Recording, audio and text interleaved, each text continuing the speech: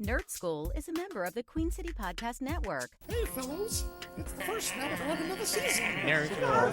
Nerds roll. Oh, my glasses are broken. And this will begin season 2 of Nerd Skool. Welcome back to season 2, Nerd High. Glad to have you. It's gonna be crazy stunts. We're gonna there's gonna be stunts. Joe's gonna bring more penis jokes. There's a lot of penis stuff. I am a super nerd.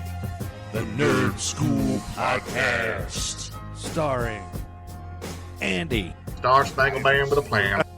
Maybe I'll try to do a cartwheel. TBJ. Welcome. Congratulations. You did dirt. Ta-da. I ain't got no shame. All my exes can tune in. We can have an episode where I compare them to all the Marvel villains. We can do that. Art Star. I don't love Wiener. I'm just trying to make money. Lord Artemis Prime rises. Yeah, my real name is Joe. Did I ever tell you about the time I hung out with DMC at Mertz? The Nerd Skool Podcast. And now Scott Pilgrim versus the World. Here we are for Scott Pilgrim versus the world. I didn't hate it, so. There we go. Hey, we got to step up from Barbarella. That it is. Speaking of that, Barbarella contacted History for Jerks. The real Barbarella commented on our Nerd Skool episode on YouTube. Someone named Barbarella with a picture of Barbarella. Do they have anything to say about it? Are they defending their poor choices, or? They just said, let me see what she said. Hey, follow this link and you'll see Jane Fonda's butthole or something like that. It was probably Right. a porno person. Yeah. It was, Yeah. See what the comment was. Porno spam. Yeah, Barbarella replied to us. Can you hear my dryer buzzer going off? I do not. All right, good. Did you want us to hear it go off? No, I'm just want to make sure it's not destroying everything we stand for. What do I stand for? Barbarella commented on our episode. Barbarella on YouTube said, "Who's calling my name?" with a bunch of laugh cry emojis and a heart. And I liked it. And I said, "Barbarella is real?" And then Barbarella wrote back, "Absolutely real, baby," with another laugh cry emoji. There you go. And if you look at Barbarella's page, there's no videos, there's no playlist, there's no anything. Just a Barbarella. Just a picture of Barbarella. It says Barbarella, and the description is just a woman who once cared way too much about everyone and everything. ... Now no longer cares at all. Joined May 17th, 2022. Maybe it's a bot. I don't know, but I'm here for it. Even if it's a bot, someone thought about us enough to make a Barbarella bot. Yeah. In response. That's where we are now. Yeah. Pre-Heroes Con. We're fine with even bots commenting. Yeah. Let's see when we, after our Heroes Con thing, if we're fine with that still. Yeah. If we get maybe a little bump or if we crash and burn. Yeah. Who knows we'll never crash and burn, baby. We're like superstars. Yeah. I mean, there's no way they can see art on stage being art and not be like, this is the greatest podcast ever. No offense to the rest of us. I like how you put yourself. No offense. Or just like, myself. wow, this guy's laugh is so devious. He must be really dark. He must come from a really dark place. All right. So Scott Pilgrim was a series of graphic novels by Canadian author and comic book artist Brian Lee O'Malley, starting with Scott Pilgrim's Precious Little Life, Volume 1. Okay. The series consists of 6 digest size. So these aren't regular comic book size. They're kind of smaller, more compact, black and white volumes released between August 2004 and July 2010. Yeah, and I misspoke yesterday, Joe. Like their art style is manga-esque. Okay, and but like it's not manga. they're black and white, right? And then there's actually one volume where they actually started with like a color splash page. Before it actually went into like black and white, which manga now kind of does with some of their books. So it was very manga-esque. Continue, and that's the kind of size that manga books come in, right? It's the smaller digest version. So probably inspired by, if not in the category. Well, Brian Lee O'Malley is half Korean, half French Canadian, by the way. I just looked him up. There you go. And the publisher is Oni Press, by the way. It's a Portland-based independent comic Oni. book Like when you publisher. say Oni, how do you spell that? ONI. ONI. ONI Press. Is that Yes. well known in the nerd world, or They got indie cred. Yeah, They- they got indie cred. They got Yeah. cred. If you So- go to San Diego Comic-Con, they got a booth. okay? So when you say indie cred, I've never been to a comic convention. I'm about to go to my first one this weekend. Is it like the Jets versus the Sharks? Is there gangs of indie comic guys walking around like snapping fingers, gonna cut you? There is no. Looking for Officer Crump. Not really. No, it is a place where people are happy to gather with like-minded people Okay, and share. but there's not like Yeah. clearly. Oh, here's the indie comic Nope. gang. They There's all hate kind of comic everybody book else. people there. No, in No. fact, I think that's some of the cooler stuff. Like when we've gone in past years, we found like this Black-owned comic crew. They do a series based on like the grandchildren of the Tuskegee Airmen. That shit was cool. Oh yeah. Half the stuff was finding these smaller niche comic series on top of, this guy designed this, that's cool too. But part of the fun is finding the smaller niche stuff that you wouldn't normally walk into or find off the street. Yeah. And honestly, people were just happy to be there in their element around other people who were also happy to be in such an element. And a lot of it is, comic book creatives, like indie comic Yep. people trying to, this is their access to a wider fan base, Right. Yep. because, the nerds come for the big time nerd shit.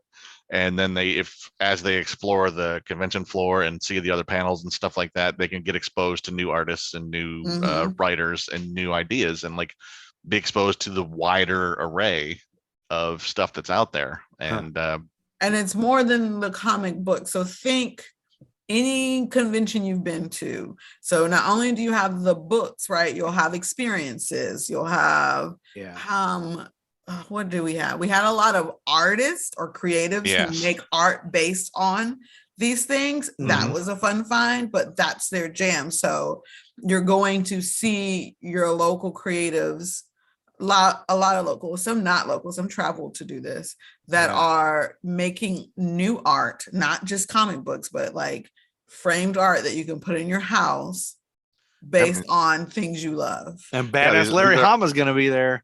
Yeah. Created G.I. Joe. And Jonathan Hickman. Oh yeah. Creator French of a Stewart. lot of good stuff.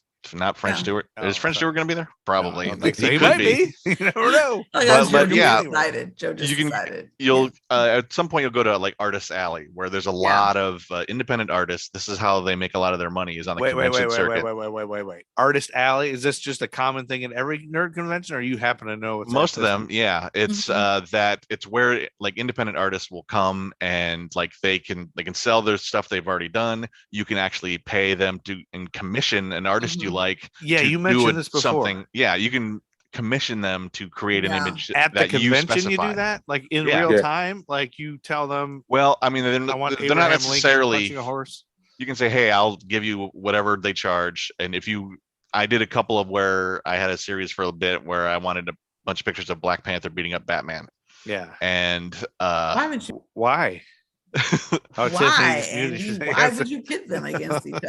Fight. Tiffany's really upset by that. That did hurt my feelings. I was like, of all the heroes to fight, Andy. Yeah. Well, like they're both like at the time. This was say early 2000s, I believe. And Black Panther was not what he is today, but he was worthwhile, and like he was sort of being pitted as Marvel's Batman in a way. Okay. With sort of being taking him from what to a place where he was sort of like the paranoid kind of guy. There was a lot of comparisons of what Christopher Priest was doing with Black Panther at the time, and what the standards of Batman. I was kind of going, I want Black Panther to. So how just ballpark, how much did you pay for that? I don't know. I don't remember what it was. And it's just like some sketches, and it can go from, all right, come back on Sunday and I'll have it done for you. Or like, if you want something really elaborate, you can.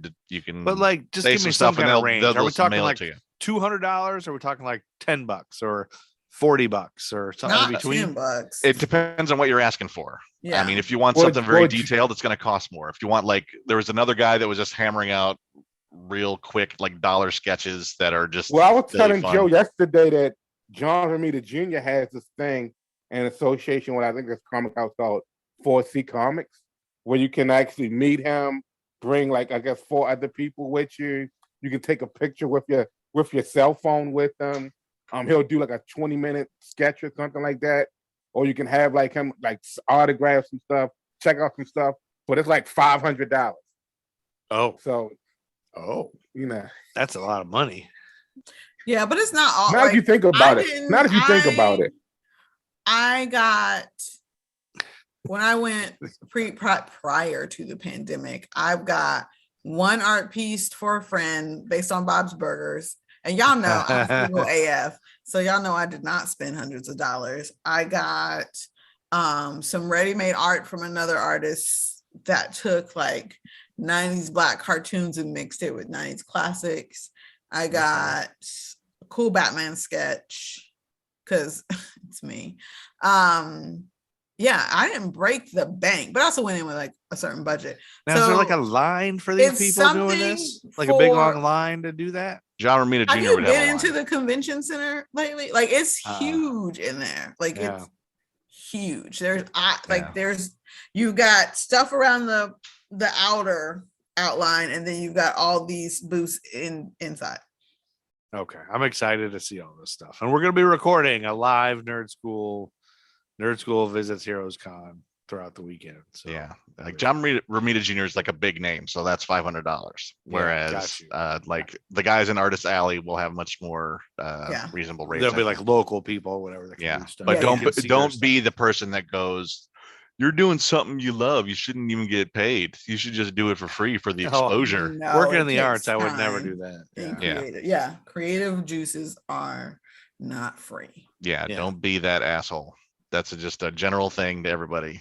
Pay artists for their work. Mm-hmm. Yes. And I will plug for the artists. It's an excellent time to do your holiday shopping for people you love, because you'll find unique things that you're not going to pick up anywhere else. And there may be Nerd Skool stickers available at Heroes. There are. Listen, I didn't even show you guys. You can't see. There's a bunch in this pack. Oh, sweet. Yeah. And then we have keychains left. And there'll be a couple cool cups I make. Yes. Get some cups. We're gonna make some cups. Get some cups up in this shit. All right, we started on Scott Pilgrim and then we went all the way away. Well, I'll be wearing Nerd Skool pasties. You and Art can wear your Nerd Skool pasties. How did I get pulled into this stuff? Joe does, you do. We're shirtless, wow. First off, aren't you a team? Aren't you guys? Aren't you a we do it? We are, yeah. We do it together. We're the Midnight Express, baby. There's no followers here. We do it together. Excuse we're the powers me. of pain. Because you we're guys like do everything together. We're like Wonder Twins. Andy and Joe may be brothers. Problematic Wonder Twins. Yes. Now let's go back to Scott Pilgrim. Scott Pilgrim, Brian Lee O'Malley, and Scott Pilgrim. Brian Lee O'Malley is divorced, in case you were wondering, ladies. Thanks for that information. I wasn't, but it's cool. All right, Andy, back to the movie. Andy, you are muted. Should we just jump right into what's problematic about it, or should we just let? I just say background. Okay, yeah. I chose this movie. Hold on. Oh, I got gas again. No, I just got folks coming in the house and noises. I picked this movie because I remembered enjoying it a lot, and that it was very imaginative. Hadn't seen anything like this before at the time. Mm-hmm. Just like, it's like an indie rom comedy thing about young music people, but then suddenly it's a giant video game action thing, and that's what I remembered about it. And then I started watching it again, and it starts with "So Once Upon a Time, Scott Pilgrim is dating a high schooler." I'm like, yeah, what? I didn't remember that. And I mean, you remember that? You probably it's just one of those things. Where we're not as aware. We're not as aware. We wasn't as aware back then as we are now. I No, imagine. I would hope you were aware back then. Yeah, but Romantic when high I say that, school, when I no. say that, this is because of cancer culture. Like cancer culture, I want to say in Cancer culture is a 2010 whole other yeah, thing. Let me finish.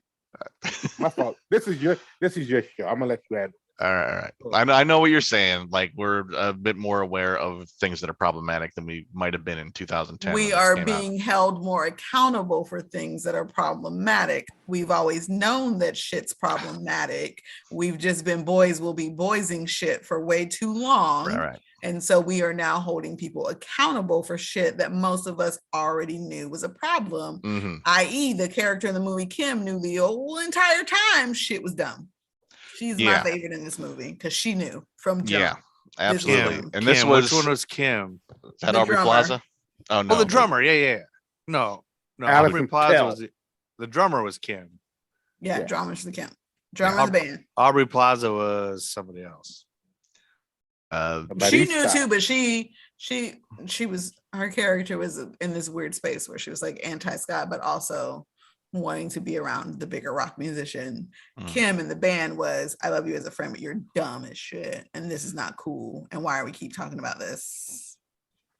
She's the woman in the movie. I feel like I maybe that slid 12 years ago, just because I was closer to high school, and I remembered there was always someone in high school like, oh, I have like a 22-year-old boyfriend or something like that. Yeah, like that kind of shit happened. So I thought it was kind of it fake felt like or real, whatever, but at the same time, but like it felt a lot worse. Just going, oh geez. And Well, thankfully, it's sort of portrayed as this is the stupidest thing. You were a piece of shit for doing this.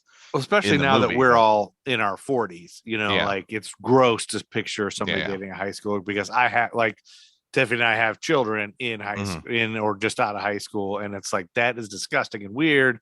But when we were 23 years old, we had friends that were still dating. I did not. I'm gonna put out there. I did not, because I had a buddy who was dating. I was dating a sophomore, and he's a senior, and so his first 2 years of college, he went to prom. He had to go to prom. But that's more reasonable, right? They were already dating in high school, and then it just continued. Right. As opposed to Scott Pilgrim did not go to high school with knives. He just started dating her later, which is creepy and weird. Is a problem, which is not uncommon in these United States of America. But like it's portrayed as he is a loser, and he's desperate, and he's shitty, and he's in a bad place, and he's like, he just wants something simple. So, and that's why he's doing something stupid. But that whole first scene, because it's not just Scott. Here's the trick and why it's hella problematic, right? Most of the time, everyone is telling Scott it's dumb, but there are like the lead guy in the band is like, oh, that's cool, right? Like there are a few people who are like, oh yeah, that's cool. I get it. I get cool, great. Even though he's a loser, there are too many people who are like, it's cool, I get it. Yeah. And now everyone in the movie would be like, you're gross, stop it. So, but it's not just the movie, right? The comic has the same thing, same storyline. Probably. He is dating Knives in the comic as well, and she's a high schooler in the comic. Yeah, it becomes a central plot line. But here's the thing: again, he could have dated a high school in a less creepy. Like she could have been 18, y'all. There are seniors who are 18. Yes, like he still could have been 18 in high school. There's still the ick factor that you're an adult and she's in high school, but at least, god dang, we're in legal age range. Yeah, I kind of wish. Yeah, it would have been a little bit less creepy if she was at least 18. But yeah, I mean, there's the other part of it is that he's not attempting to do anything with her other than just hang out with her. Yeah, he's not like forcing himself or just being a sleaze. He's just It's completely innocent. I want someone to talk to, and all they talk about is her life at school. Well, and it's almost it does. I guess you could say it kind of portrays the fact that he's emotionally immature. Yeah, and he's stunted and he's hurt by this other girl, and so he goes to the complete opposite, of a super hot rock star. He goes to this like innocent high school girl who isn't gonna want to do anything. Maybe I don't know. Yeah, but it Trying to also find it's something. there are pieces of it where he is dating her not also because he wants something simple, but because he is slightly a jerk and Yeah, that gives him too. a Yeah, chance- that's true. Yeah. gives him a chance to be like, I'm so cool, take it in, girl. Because it wouldn't fly with too many girls his age. Yeah. Oh, that's it too. Yeah, that's a good point. But that's not my only problematic issue with the movie. Do you want to list? Do you want to list? Run it down for us. Sure, Run let's it go. down for us. Let's start with the portrayal of the male, the gay male character. You killed all the stereotypes. You had him as gossipy because he was forever gossiping to Scott's sister about something. So he was gossipy and he was sleeping with everyone and trying to turn all of the straight boys gay, right? Most straight men's fear. That was an issue. What else did I hate that happened in this movie? We did some fetishizing of Asian characters. I was like, not cool. There's a whole scene where we talk about her in her appearance and where she's from and what she wears in her uniform. I was like, ugh. That also goes. I would feel that way if she was over 17. That's still a little fetishizing of the Asian school girl. Then why do we have the one Indian or South Asian character doing a Bollywood scene? What the fudge, guys? Come on. It's like we pulled out all the things. Yeah, the first ex member, Patel, does a Bollywood scene in his fight. Like he pauses to do a whole song and dance tribute. And I was like, shoot, I know. I think during that one I was distracted because my son walked in. I told Art this too. My son walked in. I was like, what is this? And I was like, I don't know. And he said, what's happening? And I was like, this is a different kind of movie. But I was just realizing that at that point, because that's when it got like that's when we started seeing the fighting action. And I was like, and I was I couldn't explain to him what was happening. And I was like kind of taking it in, but also trying to explain to him that it's like he's like a guy, it's like a video game, like, and then I was so distracted, so I might have missed that. Yeah. And I was like, just watch for a second, and then I'll You're try like, to sit here. And then he watched the whole rest of the movie. Which is like fun. I will say I don't hate this movie. While I'm giving you my list of problematic features, it is 2022. I'm well aware that we were trash as humans for a very long time. Hell, we still are. And that we made choices that will not age well, right? Yeah. So you've got the portrayal of the gay character. You've got the one Indian South Asian character who has to bust out in Bollywood. And let's just talk about the central premise of the whole thing. She needs you to defeat 7 evil exes just to date her. She doesn't need like she's this prize. Anyway. She's a possession. Yeah. That is the weird thing. I do like they tie it up in the end when he goes back to fight, where he's fighting for himself and not her. Right. Like I was like, I will be angry if we spend this whole movie fighting. But yeah, I would much rather. She had no autonomy in this at all. It was like, we're in 1952 and you needed permission from her goddamn dad or brother to date her. It felt like that a little bit, which. Yeah, I mean, I kind of get it. It's like if you're trying to get close to someone, you need to get through their emotional baggage. Yeah. That's the central metaphor, but it's also she needs to get through her own emotional baggage. Exactly. And I would have much rather seen, Ramona Flowers versus the world, I think. Right. We take the onus off of her and we put it on who decides to date her. Right. But there is a Ramona Flowers versus the world, right? Art was telling me there's another. Well, no. Like if you read the books kind of like each volume kind of sometimes like while with Scott Pilgrim is like, I guess you would call him the main character. Like each book kind of dives into the other characters a little bit, like for instance, like you get, I think book 3 is like you deal with Scott Pilgrim in high school, I believe it is. But then there's like the one book where like Ramona is almost the central character.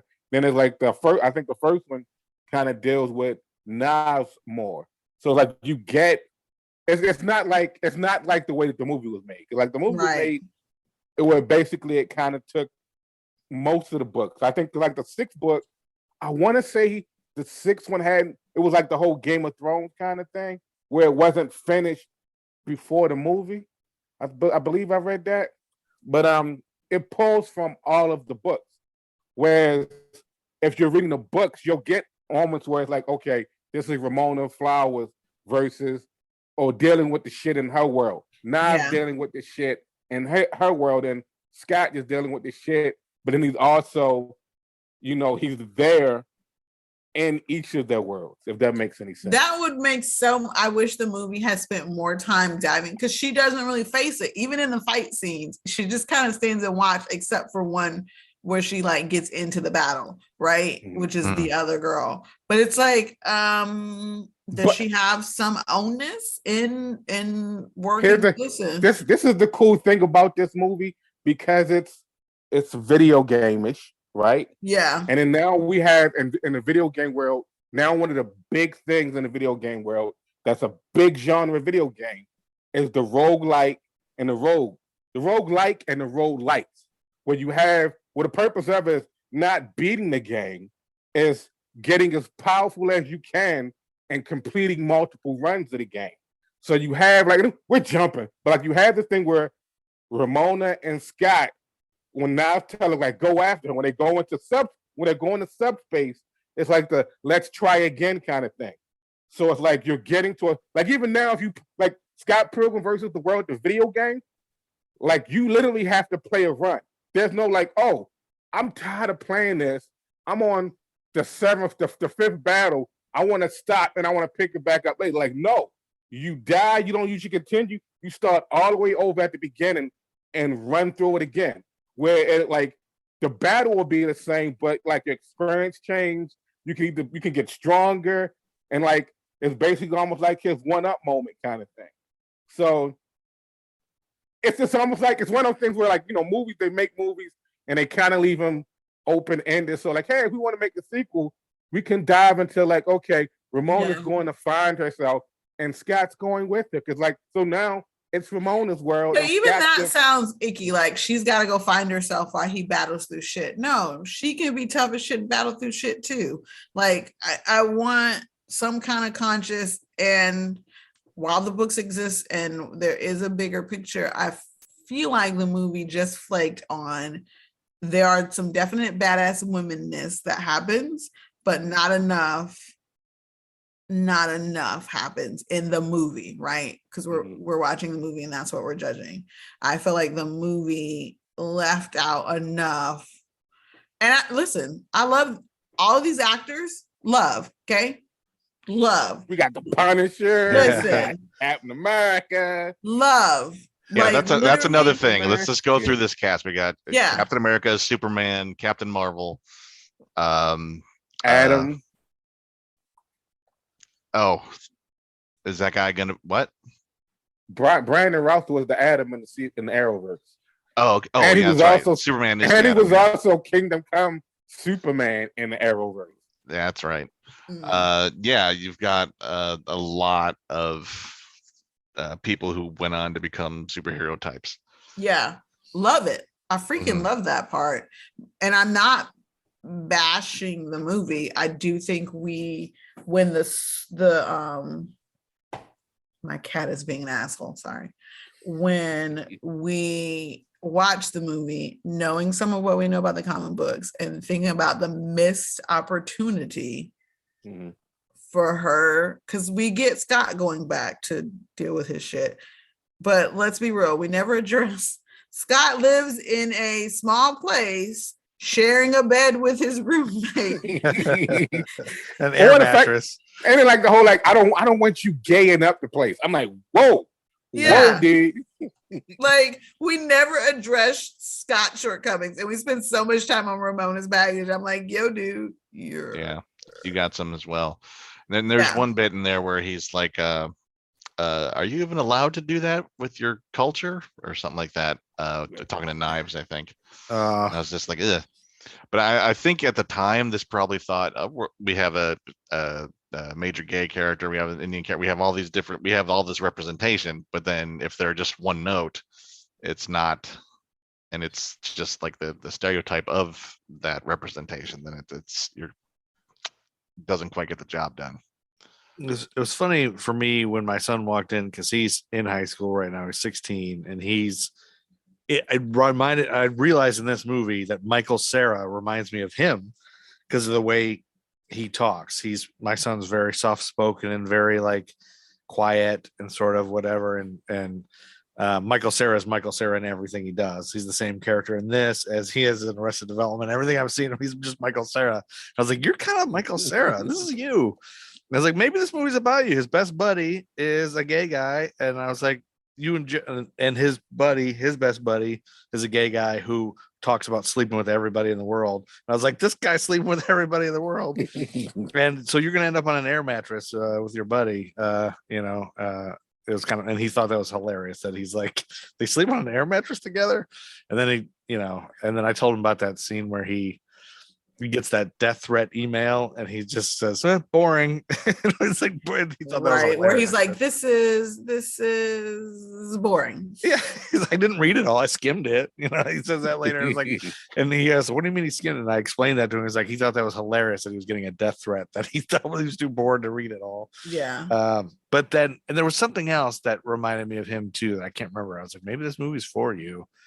I mean, he likes video games. His whole group is a group that plays video games together. Like they have a I don't know, Discord server or something, whatever that is. Yeah. So I don't know, but is it still Minecraft or does he do more stuff? No, they do all kinds of different things. It's something different. It's on Steam, and there's always these different.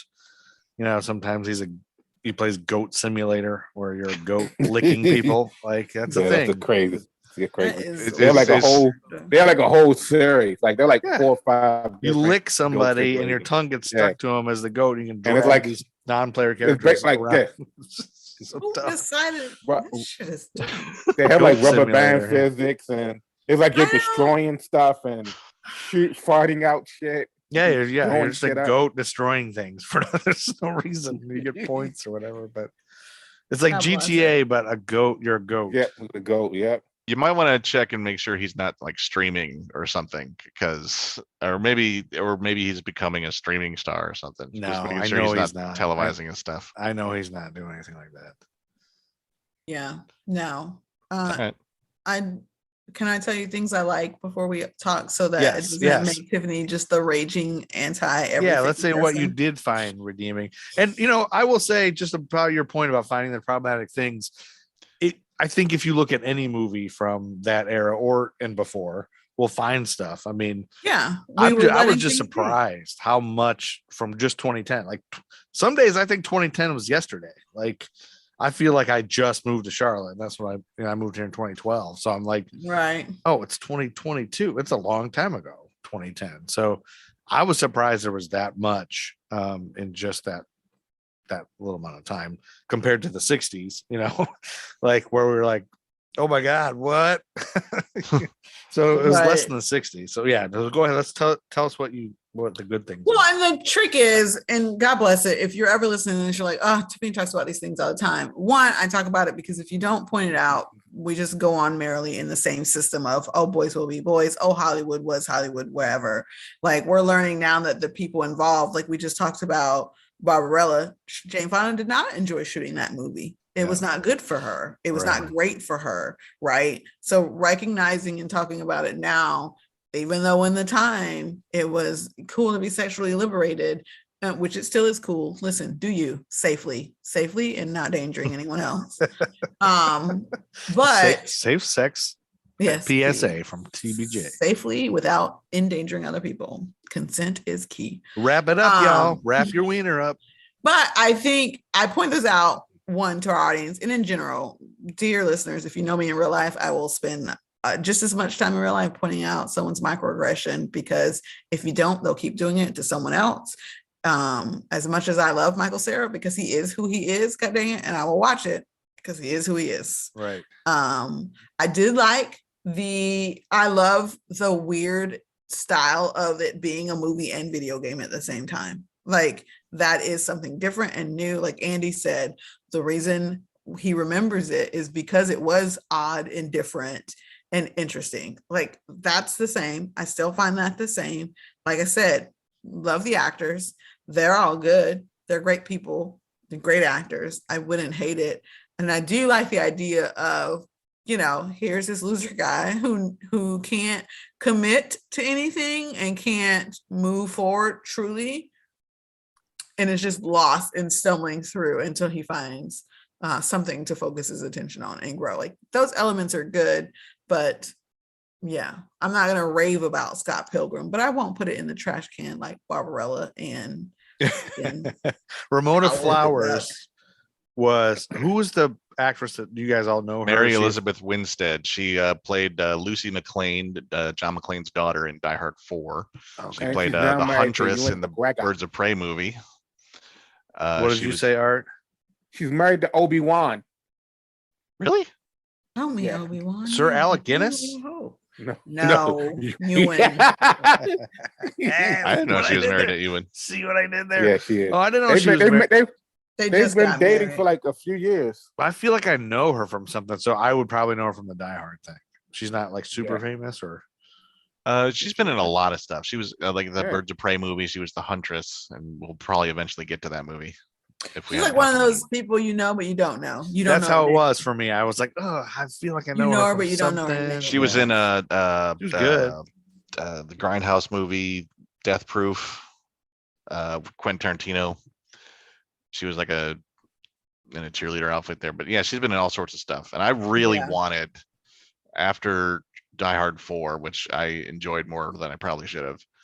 I wanted Bruce Willis to just kind of hand that off, and then Lucy McLean would be in the Die Hard movies from now on. That'd I think been cool. She could totally Wouldn't that pull have it been off. fun? Yeah. But Yeah. didn't they pass it off to her boyfriend instead or something? No, they made Die Hard 5 about his son, and that was the shittiest movie ever. That's the worst Die Hard movie. It was terrible. And then they went, maybe we don't need to make any more of these. Although I really still think they could course correct. And I think I read Give it to somewhere they're supposed to be Winstead. making a prequel, a Die Hard prequel. With they who did who in a it? Die Hard prequel comic series Starring Pauly Shore. of like John McClane in like the 70s as a cop in New York or something like that. Wait, Yeah, they can't film. Well, they could film a prequel, but they can't have Bruce in it anymore. Doesn't Bruce They, have? they a could do the kid thing with in the real life? Looper where Joseph Gordon-Levitt got a bunch of basically kids. put on a fake nose Or to look like a three young kids. Bruce Willis. Oh, he did. Right. Yeah, right. that was a I like. different What do movie. we think about Joseph Gordon-Levitt? Do we like him, or did he do something creepy in the world? I think he's pretty good. Nothing has come out on my radar about him. We love JGL. I You like did him it. as an actor. Listen, if I hear anything about him, I'll tell you. So you know. Okay, you better. Yeah. Okay. I thought there was something he did. I don't know why. I might be getting him confused with Everybody in the world. everyone else. Who everyone does horrible things. What money and power will do to anybody. Listen. Yeah. All right. Well, Amazing things will I have happen. talked a lot about this movie. Right, Art right. and Andy have not given their 2 cents. I was like, there's definitely a point you have about like her lack of agency in the movie, but at the same time, there's also like a bit in there, especially with the Jason Schwartzman shit at the end, where she's like, it's metaphorically, it's just, she keeps making the bad decision, and it's sort of it's played as she's helpless to this. Like Mhm. I can't do it. I can't get out of this. But it's a sort of just a metaphor for like, if you keep making the wrong choice, your life's gonna suck. You keep choosing the wrong people. You keep doing the bad things or the wrong things. And it would have worked better if it was her working through her own problems rather than Scott Pilgrim having to show her what's what. Or Well, I just feel like beat 'em up. I feel like this movie gives us like a lesson in complacency, right? So like you're so used to something and it's so easy. Why like even try? Just continue going on through life. Like, I don't know. It's I feel like parts of this movie sometimes made certain characters feel like they were getting it and they were getting stronger. Like even like once I watched this movie again, I remember the first time I watched this movie, like the first thing I said was like, man, all this shit he doing for her. And then she just goes right back to the jerk. And I'm like, and then I don't want to say he was spineless, but then it was one of those things where it's like, I got it, but then also I felt like, what's the word I want to use? Horny. No, not I horny. I don't think Just- that's where he was going. Though. It's an interesting contrast with Michael Cera being who he is and suddenly also being able to have a giant fight full of minions and Right. kick everybody's Right, ass. right, I right, think that's what right. I loved is that Even the first fight, I was like, we've just watched him for way too long being a punk, and suddenly he's winning his first But fight. Also, like the even only his fight voice. he wins by himself. it was fun the watching first him fight. kick ass. That's funny. Right. It's fun. Yeah, and I kind of like the whole thing with his ex-girlfriend, the Captain Marvel, is like that's I guess him dealing like she's trying to be baggage for him or something like that, and it's I feel like. But they hit at his baggage with her as like less complicated. You know what I mean? Yeah. Like, okay, so he won't date in real life because he's still heartbreaking. Okay, he won't get a haircut because the last time he got a haircut was when his girlfriend broke up with him. Like, Right. Yeah. those are like really minor things. And her Gideon is legit slightly controlling and abusive, right? Like we get those vibes from him as a character. And so in essence, like I'm not even mad that she goes back to him, especially because when we watch the way he is, you're like, you know, people tend to go, you know, take 7 times for someone to leave their abuser. A little stat for you guys, it's up to 7 times for a woman or male to leave their abuser. Oh my gosh. But so parts of that kind of come in, and you know, she's like, he's in my head, literally. Like some of that comes into play where you know he's not a good guy, but that her exes are not as simple as I got a haircut once. Yeah. Right. And I decided to go away. Complex. Yeah. It's like he's, you know, I guess he's devastated by it, and like in the young hipster way, it's like if you're the person you're in love with becomes this giant rock star that everyone's in love with, it's another thing. Yeah. And but at the same time, his priorities are never exactly what you expect them to be. Like he doesn't care about it. Like he's death threats. I don't care. He's too bored to listen to. It's boring, you know. Yeah, like he barely cares about the band he's in and stuff like that. And it's always I love when he orders it's always just offbeat.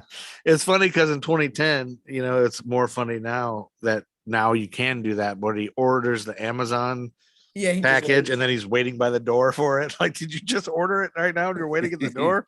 You know, it's not going to be here till Monday or whatever. But Art made a point. We were talking about this offline, and he was like, nowadays you can order Amazon and get it in an hour, which is kind of funny. Yeah, that was the other funny thing for me is how far like emails come, and like, he was at Amazon.ca, like Amazon. Right. Be like, what's the address for Amazon.ca? Yeah, that's it. Well, I had to explain to my son, it's like things were different in 2010. Like that's just we've come a long way. Like there's a lot of things different. I think for me, this whole movie is like, it amazes me how movies can affect you differently depending on what's going on in your life at the time or what else. For me, like what other movies I watched around this. So recently I watched Reality Bites because Andy mentioned the other day that because Ethan Hawke was on what movie? He was in Moon Knight. Moon Knight, yeah. And so you started talking about, I bet Reality Bites would really suck today. Because I remember not liking it then. Yeah. And so I just rewatched it just to see, because I know I watched it with the girl. I went on a date and I know I didn't watch any of it and I was bored and I hated it. Because then in my mind, I only liked comedy movies. So I never watched anything else, like any romance or anything, just turned off so I rewatched it to see. And it's that, you know, about that time right after college, before you start a family or whatever, like that time where you're young and you can do whatever. And then, so this movie is kind of like that too. It was like this time where you're right after high school, where you're free and so for both movies, I was just in my head. I just kept dwelling about this. Like, God, those times they're so fleeting. It's only a little snippet of your life, but it feels like everything is the end all be all. Every relationship is like the most important thing in the world. And the love is like, so, and when I think back on it, it's like, that was all just bullshit. And like, I'm an older man now looking back, like that was a second of my life. Yeah. I don't know. It's where I tell my kids all the time. It's like, just keep in mind. It's because we don't know. Like I said that to my dad the other day. It's amazing what I thought I knew at 20. Like I was a wife and a mom by 21, right? That's crazy. Like it's amazing that I thought I had all the answers at 21. And he was like, isn't it? I could have told you no. But you know, I'm like 21. I'm like, I've got this figured out. And you can't be This is told not anything forever. at that Yeah. point in your life because you know. But like even like Winona Ryder and those guys going through all this, and they Yeah. don't know what they're doing in that. No, they're movie. young. And in this movie, like it's just such a blip in your whole world, these relationships. But that's what I think is funny about it. It's like him floating in the air and seeing her and all that. It's all like just kind of that metaphor of this is the whole world for me. And he's just like going from girl to girl to girl. And we all made stupid, poor decisions because we were stupid, young idiots, and the things we did and the way we treated people and stuff like that, you know. I don't know. So I think that's, and then the other thing, I just watched Ms. Marvel too. So I watched like Reality Bites, this and Ms. Marvel all. And so my stupid brain like mixes them all up a little bit. So I'm just kind of like, wait, which one was? So when you said the Bollywood thing, I was thinking of Ms. Marvel and I was like, I don't remember exactly what I was, what am I remembering? And also forgot. I do like, I've just started watching Ms. Marvel today. Oh my gosh. It's so good. Yeah, I'm not through it all yet, but I like that they established in the Eternals that Kumail Nanjiani's character Kingo is a Bollywood producer, and then Ms. Marvel is a fan of his Bollywood movies, and I think that's. I'm kind of upset with like you that. three though. Like I didn't know Ms. Marvel was not even on my radar. Maybe you mentioned it, but I don't remember it at all. And I found out from Vina, our friend from Chicago. Are you saying you're upset with us that we didn't tell you? Yeah, I had to hear about from somebody in Chicago. Joe, we know that you watching current things while we're back in the other one doesn't do you any good. That's right. So we try not. That's true. Well, shout out to Vina because she's our newest listener. She is of Indian heritage, and she was excited about Ms. Marvel. Loved Ms. Marvel because it's representation, and she was like, I can't tell you how important it is for me, and can you guys please cover Ms. Marvel? So now I feel like we need to try to delve into Ms. Marvel if we can. I mean, we will for Vina. I don't know if we are going to get to it yet. We'll definitely dive into it. Yeah, I have a feeling Ms. Marvel is going to be pretty heavy in the current continuity. And that we have not reached there, yet. Joe. Yeah, I was lost in some of the Like you stuff, probably didn't even get the Eternals reference Andy just made. Yeah. No, I didn't at all. But what I like what Art told me what Ms. Marvel before I watched it, he was like, it's like Diary of a Wimpy Kid meets the MCU movie. And it really was good. Like it's So anyway, well. Two other things. My stepson has just said Mary Elizabeth Winstead was in Final Destination 3. Yeah. And another superhero movie I forgot about called Sky High, which is like basically a kids movie about a superhero and that was high what, school. 2 years later, right? Probably something like that. It's basically like the Hogwarts, except it's superheroes characters instead of how many wizards. Kurt Russell's in. Isn't that Kurt Russell in this movie in the sky? Yeah, that was Kurt Russell is the main Superman guy. What's it called? Sky High. Yeah, Sky High. Which is not to be confused with. There's another one that Tim Allen was in. It was called like 2005. Zoom or something that came out around. Sky was 2005. Yeah. What was the Tim Allen one that came out about the same time? That was about a superhero high school. It was like he was like Mr. Zoom or something, or Home Improvement. Zoom Town. No, not in the Joe verse. The Santa Claus. You will be happy to know. Back a little update on the Joe verse on Newhart. Herb Tarlick and Les Nessman have both been guests at the inn, the Stratford Inn on Newhart. So Bull Shannon was a thug in Rockford Files. He was, and he had hair. Wow. His name was Ludes. Wow. So he was into Quaaludes. And also, I'm pretty sure Les Nessman was in Rockford Files as like an accountant or something. I'm just telling Are you a big stuff. WKRP and Cincinnati fan, TBJ? No. I could have guessed that answer. But yeah, there was a Tim Allen movie called Zoom that's about, I think, a superhero high school too. Zoom's Academy, starring Tim Allen, Courtney Cox, and Chevy Chase. And Flesh lives in Zoom. There you go. That's a thing that exists, but those will not be in our superhero movie tournament. No. That we run this weekend. That's gonna be exciting. It will be. Yeah, hopefully. My first. No, nerd con. hopefully it will be. Now, We another- are a dynamic group of people who will Mhm. bring the We will. joy and But fun. it's interesting that Joe's first nerd convention will also he's got a panel. I know. First Weird. It's like, welcome to your first thing. Get Yeah. on the stage. And So, yeah. listeners, if you're listening, oh wait, this isn't coming out Well, till afterwards. yeah. So So Now, after the I fact, will you'll- say, if you're listening now, check on Joe and make sure he's okay. yeah, yes, this is After his pre first Heroes time. Con. So if you're listening to this episode and you met us at the Heroes Con, I apologize for Art's Yeah. behavior. See, Scott Pilgrim needed a friend like you to apologize. That's for- true. Or my behavior. I'm sure Art and I will Babe. probably end up, because there is a drink, what is it, drink and draw or drink and sit or some kind of thing afterwards. A nerd Art party. can't drink. God bless it. Last time he drank while we recorded, he couldn't. Wow. Wow. Really? What we were doing. Really? Do you want to Really? pretend that Really? you were sober? Is that after what we did the do beer here? tasting? Is that what we do here? It He is. calls them like she sees them. If I Yo, am nothing else, I am Release honest the with you. hounds. I've always been honest with you. Yeah. Do you have well, any other feedback on Scott Pilgrim? I feel like it's short, but we keep going everywhere else. it's very dynamic, very cool looking. It's very imaginative in the crazy fight scenes. It's very video game heavy, which is why I wanted to watch it again. But Yeah. it's got some Yeah, problems. it's pretty good. Yeah. Yeah. It's pretty good. It's got some problems. It's a fun watch, but it's not something I'm like gonna have on. Yeah. First of all, I'm not gonna have it on rotation because they set themselves up in a movie where the hell are the black people? Okay. Yeah, there Right. were. Yeah, Toronto, Canada.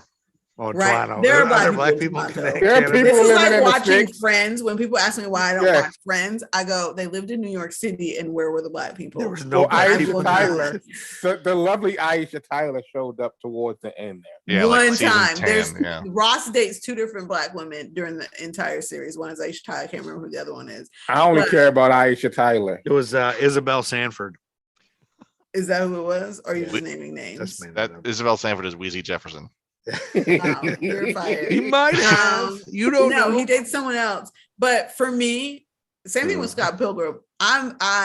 It's a fun movie. I will take it in, but I will also note when there's a sheer lack of diversity.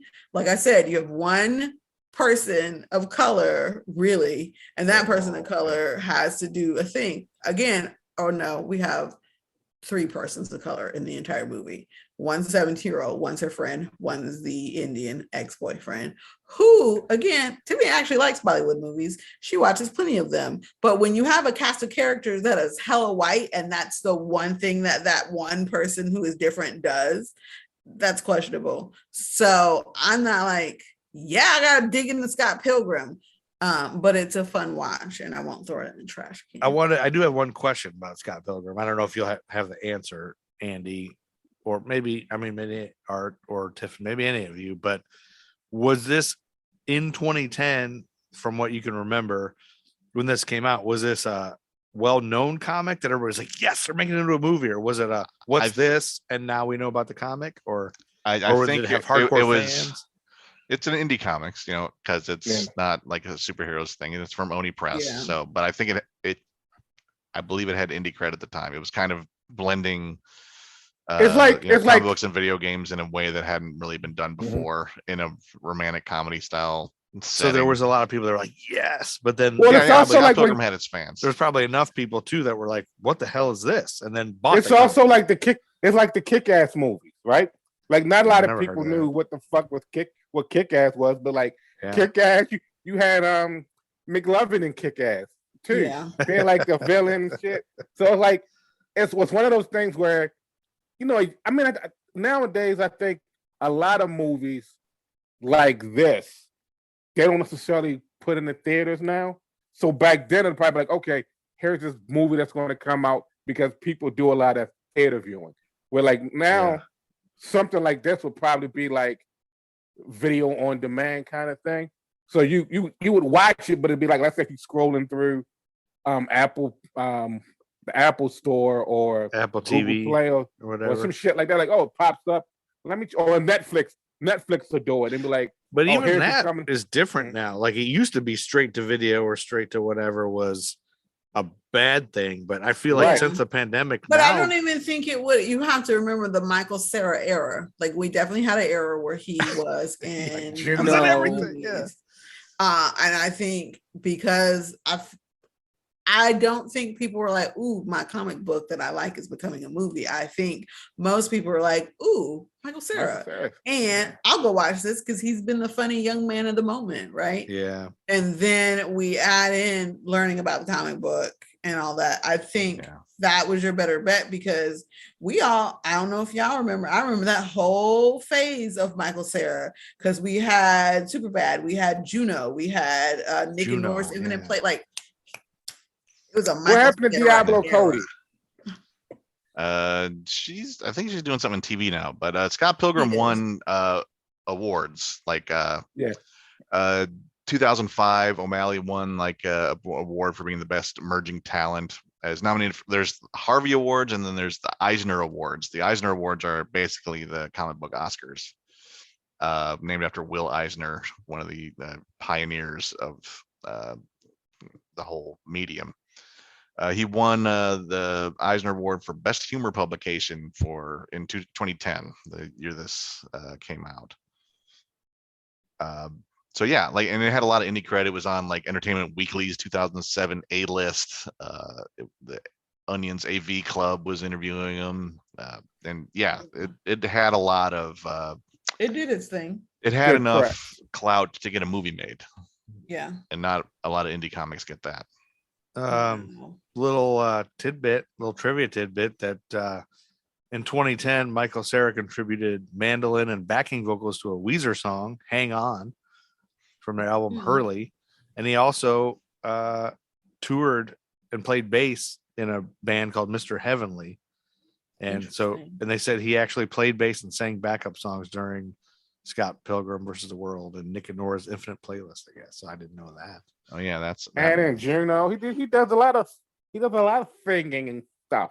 Yeah, I didn't know he actually had, but he's been according to Wikipedia, he's been very private about his personal life. In 2016, Aubrey Plaza made public that the pair had dated for about 18 months after filming Scott Pilgrim versus the World in 2010, considered getting married, but the two remained friends.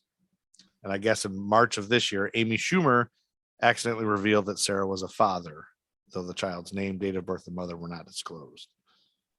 I don't blame him though. I don't listen. Yeah, private. Want to be private. It's doable. Ain't nothing wrong with being private. Ain't nothing wrong with being private. We don't know what Beyonce doing until she do it. Shit. We don't know what Artstar does. We don't know what he does when he goes. You know what I do? You know what I do on a daily basis? No, you're private. Plan to take over the world. Well, that's a given. And you're just But telling us? we don't know are you the steps. Pinky or the brain in this scenario? I'm a combination of both. I was going to say he is both. He knows. All right. So if we had to rate this movie, who's rating? Out of 5? Out of 5? I think you have to rate it first, so we know we can't rate it higher than you do. Because that's the rule. No, I want to know your honest. I'm gonna go first. I'm gonna go because I'm the evilest. I'm gonna say 4.1 out of 5. Okay. Yep. Yeah, so we're getting into decimal points. Yeah, we haven't done these stars in a while. Before the rewatch, I would have rated it higher in my memory of it. Was Andy would have rated. Did you see this in the theater, Andy? Originally, I did. I saw it when it came out. I never even heard of this till you mentioned it. Like, never even heard of it. But like, I was telling somebody the other day, like the Donnie, Tech Donnie, who's got little kids. I said, I understand where you're at right now. You have no idea what's happening in the world because you have 2 little kids. I said, my little kid time was 2005 to 2015.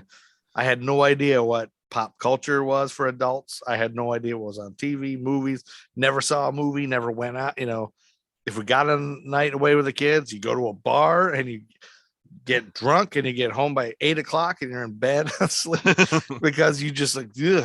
So I didn't know any movies or anything from 2005 to 2022. Like all this pop culture, I have no idea what happened. So like news, nothing. Anyway, so that's why I didn't know about it. Yeah. Probably. I don't know anything that happened those years. Yeah, So the not much. losers, I never heard of the losers either that we're gonna watch. We Yeah, I'm got looking you. forward to rewatching that one to see if I like it. I remember thinking that one was. Oh, I remember it. Rate Scott Pilgrim first. Before I started Yeah, talking rate about it. losers. Rate it. How many nerd boners? I'd give it about 3.8. 3.8 nerd boners. Let's leave boners out of this. I was about to say, TBJ, how many nerd boners do you give it? I don't give any nerd boners, but I will. Whoa, whoa, whoa! I can't believe she said nerd boners. That's I gross. will rate it at a 3. There are some good things happening with cinematography, with the combination of combining comic books into movies. There are some fun elements, like we talk about the de-vegifying that dude, like that shit's funny. I forgot about that. But I can't go past a 3 and go conscious. I like So to basically, put all the change in their pockets. Joe, you gotta rate it. let's see what Joe gives it. Yeah, I'll Let's probably. see what Joe gives it. I really enjoyed it, and then like with my son seeing something like this for the first time, I was kind of like, cool. Before Tiffany pointed out some. No, give your don't base it on me pointing things out. No, I mean the high school thing was creepy for me, but I was thinking like, I wonder if, just not knowing what it was based on, I was like, I wonder if the guy who wrote it like based it on a guy he knew that did that, was doing that or whatever. But I was just reading a little excerpt of it about like that, just kind of what we touched on is just what they were thinking. Like he knew he wasn't going to do anything with a 17-year-old. Doesn't make it okay. It's kind of weird, but that the way she adores him, like who else is going to adore him other than a 17-year-old, anyway. So that was weird for me, but I would say probably a 4 also. Like it was fun. I'd never seen something like this, I don't think. Took me a minute to like, what? But then, although there was a moment where I was like, oh shit, we're only on battle number 2. He's got to battle 7 of these people. Luckily 2 of them were twins. I was okay, good. Yeah, because it was like drag. And then once you got the joke, it wasn't as good. So maybe 3.5, 4, something like that. But it was fun. There you go. Boom. That, friends, concludes Scott Pilgrim versus the World. I'm glad Now we you can talk made me about watch our it. next movies. Yeah, it's definitely worth a watch. So the next one, it is worth checking out. or It's a knowing great way in the to watch zeitgeist. a comic book work into a movie, and it was generally pretty entertaining. Well, and I feel like it does help me know, like, this is a different type of thing altogether. So knowing that this exists in the comic book world and the movie world, and a month ago, I wasn't aware of this variety. at all. Yeah. So I didn't even know this existed. So. It's an educational thing. This is part of the course, is to sort of make and Heroes Con will definitely expand that as well. That's like a field seeing trip. What's out there. Yeah. We're taking a field trip to Heroes Con. Yeah. Did you get your permission slip signed? I know. Do we need to give Amy a permission slip? You probably should. Well, I'll give her a permission slip. I'll get a permission slip We're going from her. I just told her about it. So it'll be good. It'll be fine, I think. But I don't know. But since 18 and under get in free, I'm gonna see which one of my kids want to go check it out or whatever. But Yeah, we'll see. you got 2 of those under 18s. 2 of those sons. Yeah, see, it worked for you. I had it. It was fun for me to flex because I forgot to tell my kids because life's been kind of busy. And my son was like, "What day are we going to Heroes Con?" I was like, "Oh, didn't I tell you? Yeah, your mother's on a couple pounds." That'd be cool for him, right? I don't know if it's cool for him or embarrassing because I'm still his mother. It's not embarrassing. I'm not. You're not going to try to nurse him while he's there. No, they've gone. That would embarrass him. Listen, my kids have gone to Heroes Con with me. I'm pretty chill mom. We went Who are you together. dressing up as? I don't know yet. Okay. Art Star, are you still dressing up like Tugboat from WWE? No, I'm going to be the $1 Million Man. Yeah. If he was broke. And DiBiase. If he was broke. Everybody's got a price. If he was broke. I missed that part. There's a good there's a probably about a 50% chance you will see Virgil, the $1 Million seeing Man. all these things. He always has a booth at every nerd convention and no one ever talks to him. I will talk to Virgil. The first time I saw him I was very excited, and he gave me I have an autographed picture of Virgil with Andre the Giant and $1 Million Man. And then, but every convention I've been to since, it's like he's got a booth and it says Virgil, wrestling superstar, and then he's just kind of sitting there. Poor guy. Yeah. Well, what else would you do if you're Virgil? It's not like he's gonna be doing anything else. Probably find other employment. Any solution. If I was Virgil, I'd probably look for gainful employment elsewhere. For Virgil. Well, now we can mention to Virgil that he's mentioned in the Nerd Skool podcast. So I don't think he'll want to hear how he's mentioned. Friend of the show. I was gonna say, no, that we were favorable. So You could probably, I bet he'd be very excited if you wanted to do a full-on interview with him. And that's what I was thinking. Record it. I would love to interview people like that are open to it, like Virgil. Yeah, there's and this is a wrestling area, North Carolina. North Carolina, so Charlotte is big time. There could be a Ask him, what do you think of Danhausen? I don't know how much he's following anything new, but Art, we could dress as Axe and Smash from Demolition, but that's not really comic books, right? Kiss meets the Phantom of the Park. That's it. I think that was Kiss had their own comics, didn't they? Ultimate Warrior had a comic. Yeah, they did. Image Comics. Ultimate Warrior tried to create his own word called Destrucity, and Ultimate Warrior was a lot of gibberish, but he was my favorite wrestler for a while. But he's got problems. Anyway, he's dead. The next thing we're doing is Heroes Con, and after that, we're watching The Losers. Which is loosely based, which is based on a Vertigo comic, which is a DC imprint where they focus on more indie stuff. And that Vertigo comic was loosely based on The Losers, which was a World War II comic book, from around the 70s. It's set during World War II. And so it's kind of The Losers is? Yeah. Oh. But the reimagined version is more, it's like ex-soldiers. Is this something that you guys have all seen this? I have not. I've seen the movie, but I don't remember it. I remember a few things about it.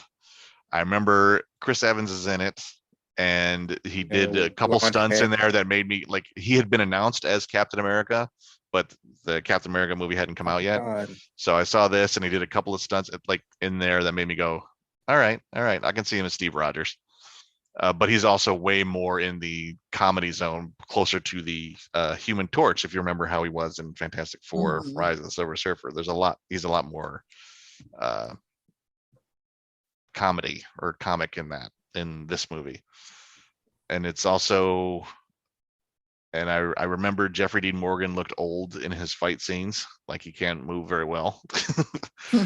And but maybe it'll be different when I look at it this time. And there was 3 movies like this that came out this summer, that this movie came out in 2010.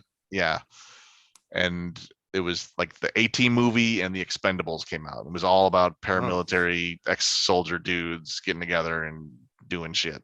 And this was a comic book. Shenanigans ensue. Yeah.